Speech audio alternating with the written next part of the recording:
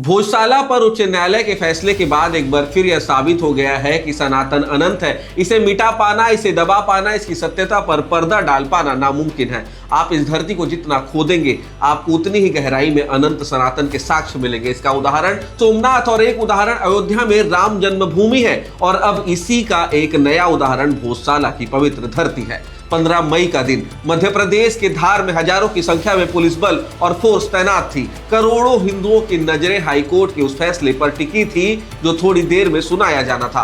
मामला था भोजशाला का। अब फैसला भी सुनिए। इंदौर बेंच के जस्टिस विजय कुमार शुक्ला और जस्टिस आलोक अवस्थी की खंडपीठ ने दोपहर 2:30 बजे फैसला सुनाया। हिंदू फ्रंट फॉर जस्टिस की ओर से एडवोकेट विष्णु शंकर जैन की दलीलों और एएसआई की ओर से दिए गए साक्ष्यों के साथ राम मंदिर को आधार मानते हुए कमाल मौला मस्जिद कॉम्प्लेक्स को राजा भोज द्वारा निर्मित 11वीं सदी का वांग देवी सरस्वती का मंदिर और संस्कृत प्राकृत शिक्षा केंद्र भोजशाला घोषित कर दिया गया। इस फैसले के साथ ही 700 साल के इतिहास ने फिर करवट बदल ली। लेकिन सवाल है क्यों एक वांग देवी सरस्वती का मंदिर कमाल मौला मस्जिद बन गया। इतिहास, वह इतिहास जिसमें हमें मंदिरों के विध्वंस का दर्द दिखता है, उन मंदिरों के लिए आज भी संघर्ष दिखता है। 11वीं शताब्दी में परमार वंश के महान राजा भोज ने धार में अपनी राजधानी बनाया और वहां भोजशाला में भोजशाला सरस्वती कंठाभरण महाविद्यालय का निर्माण करवाया। लगभग 1034 ईस्वी के आसपास पूरा हुआ यह विशाल परिसर सिर्फ मंदिर नहीं बल्कि भारत का मध्यकालीन नालंदा था।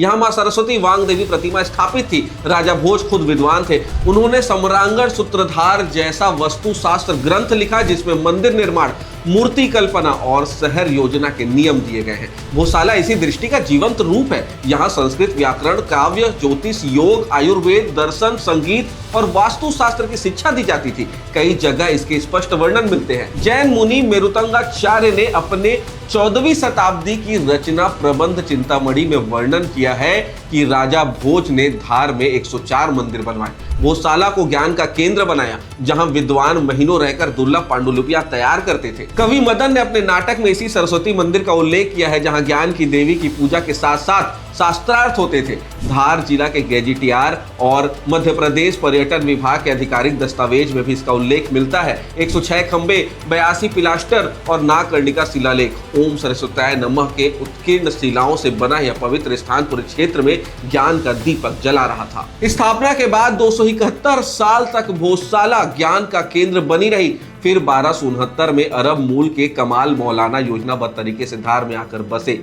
1305 में अलाउद्दीन खिलजी ने परमारों से मालवा जीतकर इस्लामी राज्य की स्थापना कर दी और फिर हमेशा की तरह शुरू हुआ विध्वंस। भोजशाला के साथ अनेक ऐतिहासिक और धार्मिक महत्व के स्थलों को ध्वस्त किया गया। 1401 में दिलावर खां गौरी ने मालवा में अपना राज घोषित किया और विजय मंदिर का विध्वंस किया। फिर 1514 में महमूद शाह खिलजी द्वितीय ने भोजशाला को मस्जिद में तब्दील करने का प्रयास किया।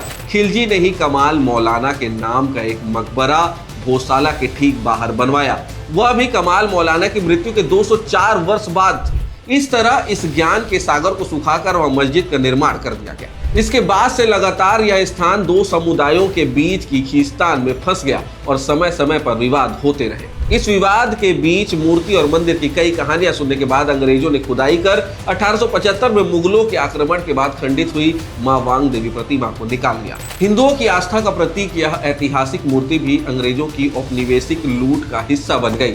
4 से 5 फीट की यह मूर्ति आज भी लंदन में ब्रिटिश म्यूजियम में रखी हुई है।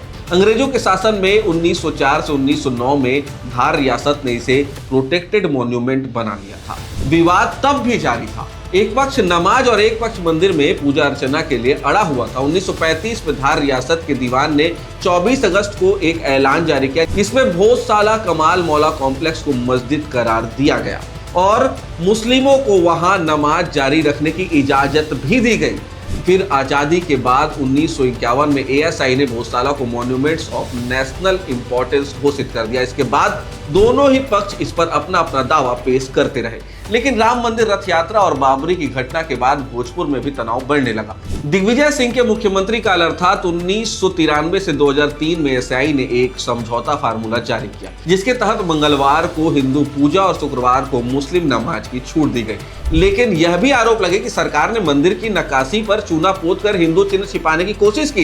इसके बाद लगातार विवाद बढ़ता गया। ऐसे में राम मंदिर के मामले को आधार बनाकर 2022 में हिंदू फ्रंट फॉर जस्टिस ने हाईकोर्ट में याचिका दायर की।